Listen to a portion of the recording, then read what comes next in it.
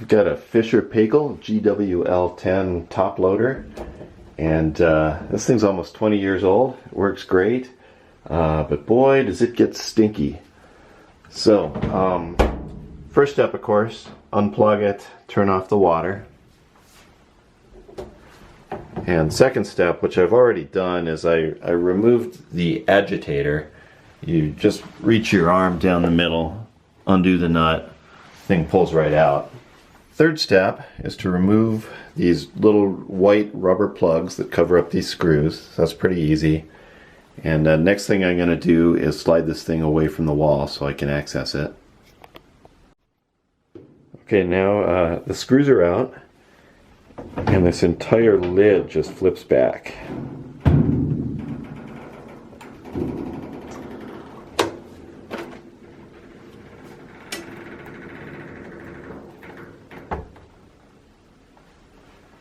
And we can see it's kind of gross in here. Okay, a couple things we're going to pay attention to are this balance lever. This came from the outside of the drum, so we're going to have to be careful when we're folding this back down. And then also up at the front there's this spring, so we're going to have to unclip that carefully. There's not a lot of force on it, so not hard to work with. Okay, all around the edge of this top cover, this is held in place by these little clips, and so we're just going to carefully undo those, like one by one. Not too bad.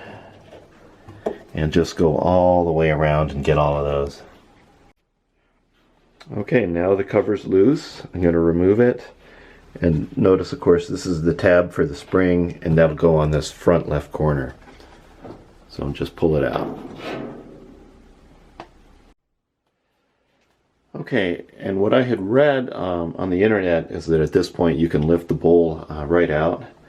For me, it didn't quite want to come out, so I removed 3 screws here. Then you can pull this thing off, pull this guy off.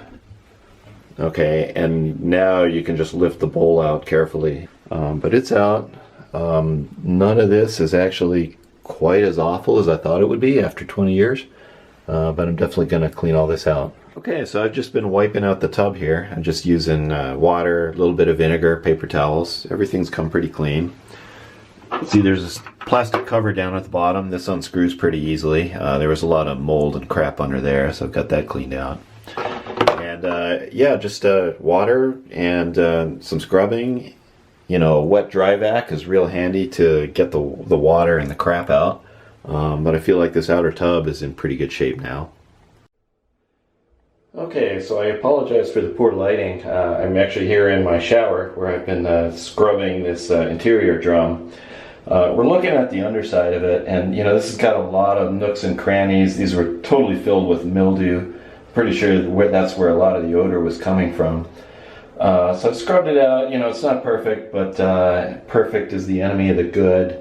There was also a lot of cruft all along the exterior of the drum.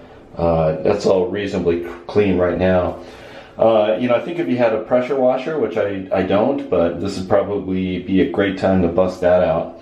But yeah, so now the drum is a lot cleaner than it was before, and I'm going to put everything back together. You can see I've dropped the tub back into place. Next thing to go on is this collar. And then this guy goes over it and screws down. So now that hardware in the middle has been secured, so now the next part to go on is this ring that goes over the top. I've kind of scrubbed it off too. And you'll remember, you know, this red tab will hook to the spring in this front left corner. And other than that, it's just a matter of going around and securing all the clips. So now I have reattached the spring. That was no problem. Next step is to just fold this down, and as we do so, we're going to be careful that this guy needs to stay on the outside of the tub, and it's going to take 2 hands, so I'll turn the video off. You can see I'm folding down the lid, and that's how that lever is supposed to go. It's on the outside of the tub. Okay, so then we're going to snap down this lid and fasten these 2 screws. Okay, next the agitator goes in, just drops down the center, goes over the shaft, and it's got this giant wing nut, and just tighten that down. And then just the last step is the dispenser for fabric softener, no problem. And of course we'll have to turn the water back on, plug it back in. And we'll be doing laundry again soon, and hopefully it's not going to smell so bad.